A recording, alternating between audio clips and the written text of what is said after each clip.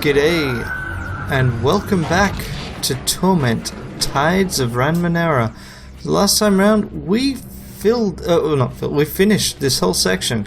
We got rid of the Peerless, we snuck through, and we restored the ownership and running of this area to the inscrutable drones. I kind of wonder what happens actually if I try and interact with these pillars now. And then we'll get out of here. Turns out though, the drones are not very good at looking for you. So it's surprisingly easy once you just pass your initial stealth check. Retiring as always, the intelligence says, "Oh, this is embarrassing. I'm afraid my energies are far too drained to assist you. Please return in approximately 13 lunar cycles." Wow, well, that is a lot of lunar cycles. Let's get out of here and let's go and hand in this quest. I think today what we'll do is we'll do the Order of Truth quests, and then we'll get out of here. Cora's still here, hand clenched to his wound. "Well, you made it back. I expect murderous drones were no match for you." I love, it's like, you can concede to his ego, you can kinda, do this, or I can just go with, "No, they weren't." "Of course not," Cora says bitterly, looking away. "But never mind that, I have a favour to ask. Tell Salamari I helped you. I did, after all. Those Murdens would have attacked you. I killed them first. I even destroyed a few other drones before I fled." He meets your eyes again. "She wants to dismiss me. Help me change her mind, and I'll tell you something I know about the Order of Truth." You seem awfully concerned about Salamari's opinion. "A good employer is hard to find these days," he says, studying the air above your head. "None as clever or beautiful as she is, anyway." "So the way you looked at me when you learned she knew me, you love her, don't you?" His eyes widen, then his mouth opens. "Fine. I love her. There, I said it. I don't want to leave her side, even if she doesn't feel the same way." "Oh, it's much worse than that. She, doesn't seem to like you very much. At all." "That may be putting it too lightly, sweetness." "Yeah, I'll tell her you helped." "Excellent. I'll hold you to that. Now, secret, as promises. Land a ring. Boy's a spy for the Numenera. Not sure why. He loves the Order well enough, but I was going to blackmail him, but priorities change. I suppose I'll see you back at the Order, Fallen Star."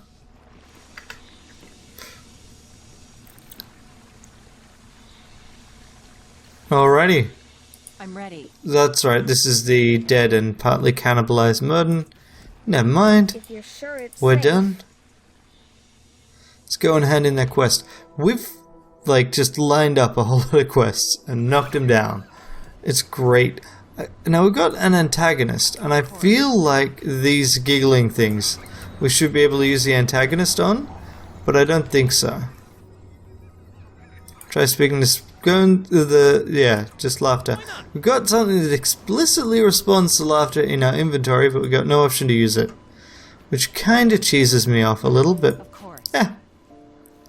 Oh, the other thing we should do is try fishing again, because, time has passed. We slept, so it's day 2 of our grand adventure. Oh, there's a few bits and pieces I want to do before we leave, because we are in a position where we could easily just leave. Okay, so we want to go up here, Government Square.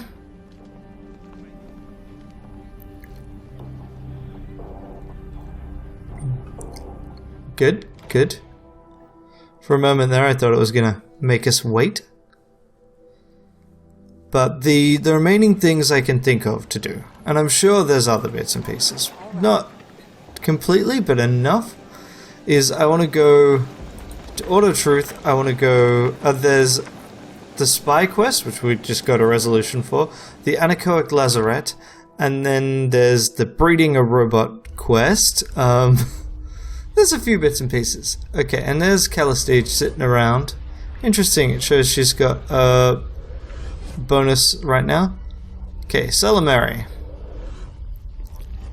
I'll remember that. "Ah, there you are," she says, beaming, holds out a smooth palm. "The eye of them locks, please." You hand it over, and she returns to her workstation. Then she gracefully inclines her head in Cora's direction. "Was he of any use to you?" Cora gives you a pleading look. "Yes, he was." Very well. Cora, you can say, do try to limit your failures in future to matters I care less about. Cora exhales all at once and nods in your direction. With that out of the way, here is a reward for your considerable effort. Thank you. Okay, so we've got Rings of Entanglement. 2 characters wearing these rings share all fettles and 25% of stats healed. This loop of metal is constructed from a short band that splits and branches, threads twisting and bending along themselves before seamlessly reforming at the other end. The coils are maddeningly knotted, making it impossible to trace a complete path, yet at the same time a pattern awaits to be revealed just beyond the edge of comprehension of the handful unearthed through the ages. These rings were once dismissed as mere trinkets until an unnamed collector discovered twins purely by chance. It is said that this man wore one of the match set and gifted the lover his other. During one particularly amorous encounter, both were astounded by their shared sensations and an oddly heightened sense of awareness. When the couple identified the rings as the source of the connection, further use showed they mutually experienced every physical pain, pleasure, and sickness felt by the other. This effect disappeared when they wore an unmatched pair of bands. Rings of Entanglement are valued by many, including hedonists, thrill-seekers, the infirm, and even kidnappers who warn that any violence done to them will also harm their victims. The rings are now thought to exist only as unique pairs and are highly sought after. By the way, I managed to save a few drones in the lazarette from the peerless. She nearly jumps. Lower your voice. Astonishing, your predecessors couldn't have done better. She passes you a heavy bag from her workstation. A small bonus. Keep what you learned in there to yourself until my book is finished. So I solved your problem. Now I need help fixing the chamber. Well, I remember what Adan told me. The chamber was built with living crystals from a world called the Ascension. Your predecessor was remarkably resistant to telling me what it was for, regardless of the interrogation methods I employed. Her mouth quirks. At least the interrogation methods were exciting. She only said it would stop the sorrow, and none of the cast-offs could know about it, which seemed odd to me at the time. Escaping the sorrow would be in all of your best interests, I would think. Seek out the cast-off who helped her build it, that surly artificer, whose name escapes me at the moment. Mazov, my kingdom brothers. That's Mazov. That's right. The one with the machines buzzing away in his body and the circuits embedded in his flesh. Speak to Adan's little cult in Circus Minor if you haven't already. They always seem to know who your brothers and sisters are. Alright, sounds great. And if we look at our inventory now, so we're already using the Psychic Guard, which I kind of like. So instead what we'll do is Rin. I'm assuming that just goes in the ornamentation slot, by the way. Okay, so we'll give Rin and Matkina. So if I do this, and if I do this, how does it work? Also, Rin can level up. So Rin has 1 edge in intellect. And I'm pretty sure, yeah, she will only be able to get intellect and speed edge. So we'll do that. And no one else is... Oh, Eritus. Increases stat pools or give him more effort? Stat pools, I feel, are more useful. Let's give you more might and more speed. You are mostly our might and speed monkey. And we have leveled again. Let's go... Oh, that's right. No, I remember that one. So do we want to level up a skill? I don't know. I do like having the various laws. I do like having persuasion. Maybe we should pick up deception as well. Yeah, I think I'd like to do that. I understand. So now let's get a better at lying to people. Okay, great. Everyone is boosted. Did you really fall out of the sky? I didn't fall out of the sky. I plummeted. Gracefully, I might add. Isn't that the same as falling? Not when I do it, no. Okay, so then, let's talk with Min to get the quest about the spying. What is the Order of Truth? Good question. We live on the surface of a vast labyrinth of layered ruins packed with relics and artifacts, windows into the past. Some people are content to find them, use them, and sell them. But not the Order of Truth, not the Aeon Priests. We want to understand the Numenera, study them, point at them, and argue about them. Now in the West, the Order of Truth is much bigger than this little enclave. It's a vast organization led by the Amber Pope. Out there, our words turn the heads of kings. Around here, we occasionally get discounts on equipment from local vendors and a free cup of tea. Not that I'm complaining. So, how did the chapter end up out here? It was founded 300 years ago by a Vargela nano named Divyatiku. That's his statue outside. He governed, or you could say ruled, the Order with more force than you see in traditional chapters. He set us up in the spire, hand-picked new members, and chose them for particular projects of his design. We're not quite that organized these days. For better or worse, leaders are chosen by consent of the other priests and priestesses, and they don't have a say in what everyone works on. They just deal with the politics and the paperwork so that everyone else can focus on their ruinous side projects that hideously dangerous experiments. Which is to say, I'm the leader because I'm the only one that admits we need to eat. You sound awfully dismissive of your colleagues' work. Envious is the word. I have a few insane theories I've been waiting to test out for years, but the outside world just refuses to go away. The slave families, for some reason, aren't interested in funding wild, endless experimentation. They like results, especially weaponizable ones, so I review their requests, deflect crazier ones, and convince my colleagues to work for a living occasionally. He nods at a nearby machine. We also create the levies that guard the city, though that's seen more as a responsibility than a favor these days. It's a shame the Order has to earn its keep in this city. Well, it has its ups and downs. Some of our people could use some grounding. What else did you want to know about the Order? I saw Divyatiku inside a clock in Circus Minor. Your founding god was a changing god, or your founder was a changing god, or a cast-off. It's possible. Divyatiku matches the stories I've heard about the changing god, but he hasn't exactly shown up here to pick up where it's left off. If you're right, maybe it's just lost interest. How long have you been in the spire? Well, it's not actually a building, first of all, and neither is a council tower. Take a closer look when you get a chance. They're ships. We think they were used to explore the void between stars, long before Sagus was founded. He rubs his chin. They may be millions of years old, in fact. Now, of course, they're almost completely sealed in rock. The other parts you can see close up are the engines down in the underbelly. The city uses them as forge fires and energy sources. He raises a finger. Actually, that's not the only part. We use some of the lower decks for storage, but you can't see those. Very secret.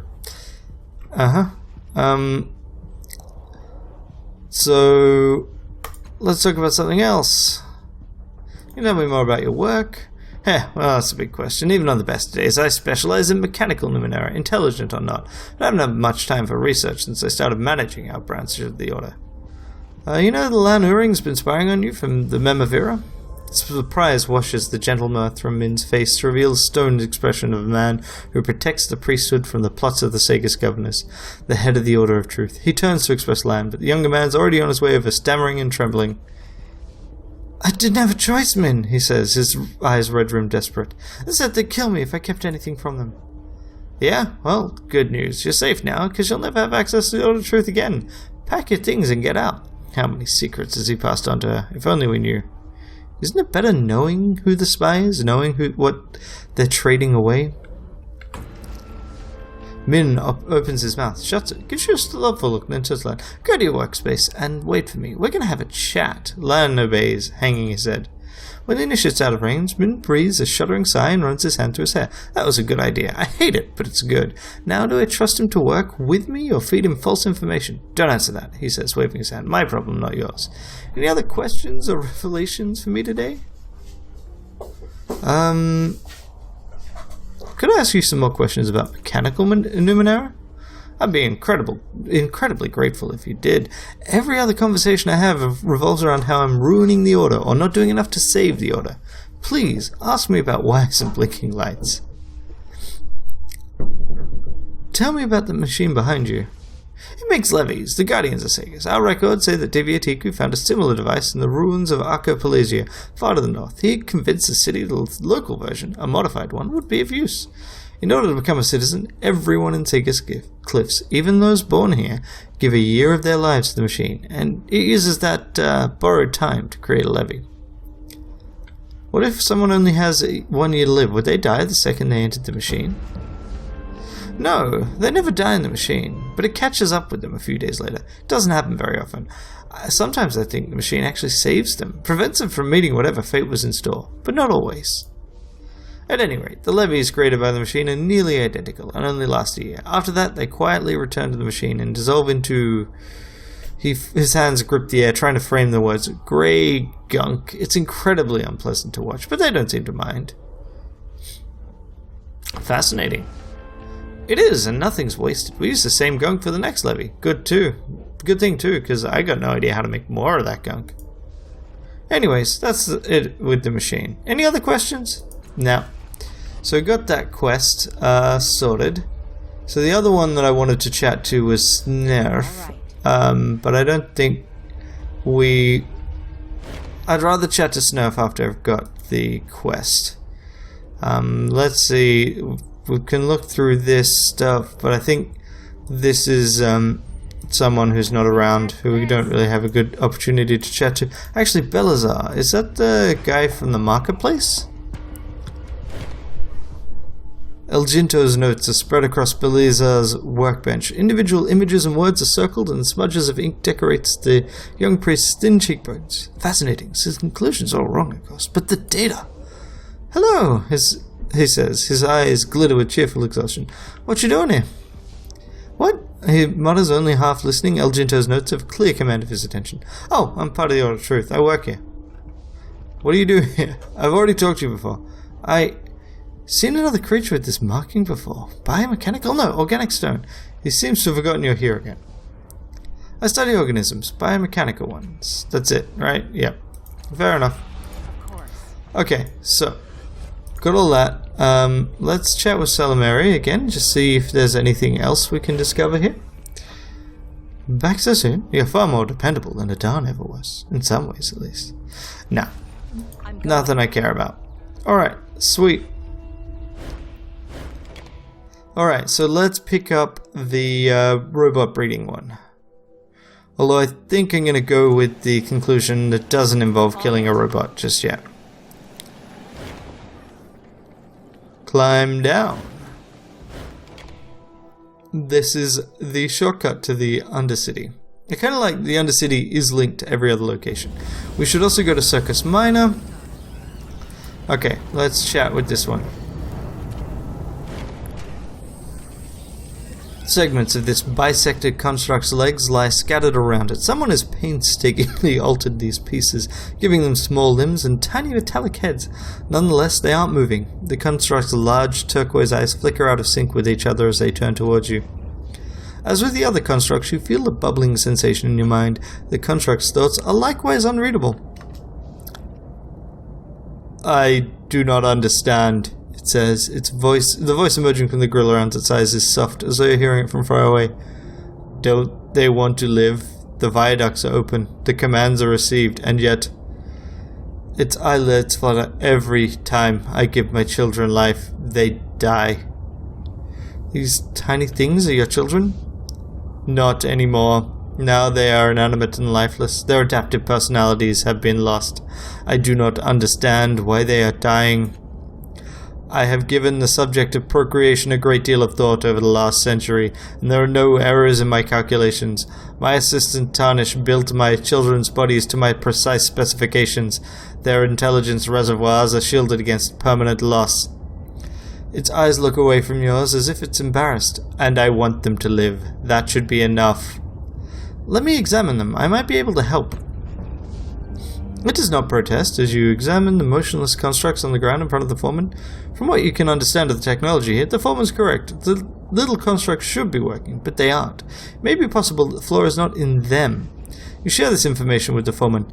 I agree, and I believe a new direction has presented itself. I'll remember that. My children need more energy to live, but my construction prevents me from transfers above a certain threshold, and for good reason. His pupils rotate, contracting. Energy transfers above a certain percentage would lead to a chain of ruptures in my intelligence rings. I would die. Its voice mesh clicks. Help me force myself to make this transfer, for I cannot do it myself. Help me give life to my children. Making a note. Don't know about you, but messing with ancient constructs is my area of expertise. Try talking with the Order of Truth about this. They might know how to do what this thing wants. Will you help me? The words are almost buried beneath a crackling surge of static. I want to help. How do I begin? Speak to Tarnish, my assistant. He may be able to help you understand how I function if he is feeling well enough. Can you tell me... Why do you want kids? Need, the construct says, not want. Its pupils study the distant ceiling. When I was born, I began working in seconds. I did this until our creators shut down our bodies. In the millennia since, I have focused on designing the infrastructure beneath the other foreman's work, instructing workers on how to execute on these designs. Its pupils fall back to you. Eventually, I realized I was unhappy. From time to time, my workers brought their children to the manufactory, holding their small hands, explaining the mysteries of this place to them. Its pupils flicker off. It began as a thought. What would I teach my own children? To be curious, to explore, to ask foolish questions, to see the world above that we three have never seen. The foreman's pupils reappear. And then I thought these things. And when I thought these things, I saw the shape of my children outlined by daylight. They already existed. Can I examine you? Yes. Tarnish, open my preservation hatches and viaduct shields, please. The elderly workman shuffles over and does as he's asked.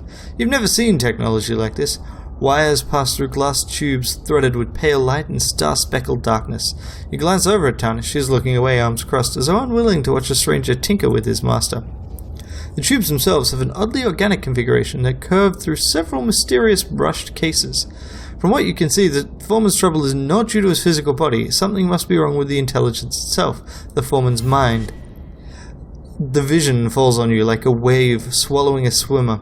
As you approach this foreman, still possessed of its legs, and open the same hatch as Tarnish did. I know it looks complex, but the viaducts are the simplest part. The machine spirit, me, that is trickier. Even I don't fully understand it. It laughs. Me. The construct fades, leaving you standing before the ruins of that once cheerful construct. So, that's really interesting. Like, that's just a chain of my skills popping up. So we get information from all three of these. And basically, yes, the problem is something in his mind as part of it. It's probably limitations on doing this. So we could probably actually try this. But I also want to talk to Tarnish. Here's Tarnish. The elderly man stares vacantly at a distant wall, muttering under his breath. His hand flecks on the air, twisting and tweaking, as if he's repairing a machine only he can see. He jumps when you draw in a breath to speak. Yes, what? He says. His eyes rove past you, halt, then return to focus on your face with some effort. Ain't you a quiet one? He says cheerfully. The underforeman makes more noise than you. We should hang chimes for your ears to keep you from surprising people. What do you need? What do you do here? I take care of my master, he says. The underforeman, there used to be more of us when he was making things, but when he lost interest, the master foreman, he jerks a yellow thumb at the construct in the center of the chamber, hired them all, offered them more. Tarnish spits on the ground. Happened a while back, but I don't forget a slight. He's a good foreman, maybe the best if he didn't have this fool idea on his head. How do you feel? How long have you worked with the foreman? Couldn't say. On my first day I'd already met my wife, but she was still married to, what's his name, with the fishhook tattoo. And I hadn't lost a finger and grown it back yet, so 70 years, give or take? I should retire, but there'd be no one left to mind him if he left. What'd I do with myself, anyway? How do you feel about your master's goal? Updated my journal. It's a fine thing to want children. Wish I'd had them myself. Too late now, of course. No lady's knocking down my door. He cackles. Of course, when people have children, it doesn't have come at the cost of their lives most of the time, and that life doesn't belong to a creature that's old in oceans. It's a shame and a waste, but he wants what he wants. He always has. Doesn't mean I won't miss him. I'll lie to if he goes. I know it's selfish, but... The assistant's file is fond and brief. It doesn't reach his eyes.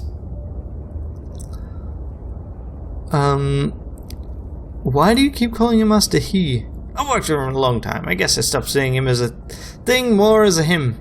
All of us have our little ways, even him. Why don't you want your master to succeed again? How can I give the foreman's life to its kids? I know trying to do good, so I'll tell you what I know, like he wants, but I wish you'd leave this alone. He clasped your shoulder, speaking to you in a low whisper. He's right. Killing himself's the only way. His body ain't the problem. It's something in the way his maker's made his mind and spirit. Keeps reclaiming the energy it gives his children. Maybe it ain't my place to keep him from what he wants. Damn waste, though. Now releasing all the energy all at once is possible, but it ain't easy. You might try talking to the Order of Truth before you get started. Might be they have some extra tools that'll help you on your way. Farewell. So here's the thing, right? Yes. This is literally a suicidal wish from the Master Form in him. But on the other hand, it also it is the only way for him to have kids, and that is a very firm desire. I'm not really sure what I would want to do in this case. I mean, I don't want to leave the old man alone, but I also don't want to be like, hey, you shouldn't have kids because this guy will miss you. Your assistant Tarnish doesn't want you to die. If you're gone, he'll have no one. Can't you find some other way to have children? I'm just gonna do this, right? If I miss, I miss. If I succeed, okay, we succeeded. You hear a faint rhythmic clanking as our gears come loose in a distant ancient clock. He has served me more than well, the contract says at last, softly, and he is not young. A sigh rattles from the mesh around its eyes. Perhaps I will wait, run more tests. I have nothing but time. So, I mean, he could get help once this guy passes on. Thank you for convincing my master not to go through with it, he whispers. I won't let this go. He won't let this go, of course. And maybe there ain't a way to give his children life without killing him. But maybe this will keep him from doing it until long after I've gone. Farewell. And so, wait. We're going to do a little bit of fishing, and then next time we're going to talk to Snerf anyway. Even though we no longer need him for a quest, because it would be cool. Snerf is an interesting alien. So let's do a little bit of fishing. Take a hold. Hey, a carp! A somewhat sarcastic-looking fish lies from the hook. Okay, so heals intellect at the cost of might and speed. Got this creature in the subterranean waters of the underbelly. It retains a sharp, disdainful look in its eyes, as if it's judging you even in death. Interesting. And tug on the line again? Nope. Might have better luck tomorrow. Leave the fishing line alone. Queek? Did you get anything from the other thing? Do we have any new topics? What's new? Never mind. Come back anytime. Excellent. So, we're all done here. So next time around we'll chat with Snerf, and then we'll go to the pub. Until then, I hope you're having a great day. Bye. Thanks for watching. I really appreciate you spending the time and effort watching the videos I make. If you'd like to watch more, on the left there should be another video from this playlist.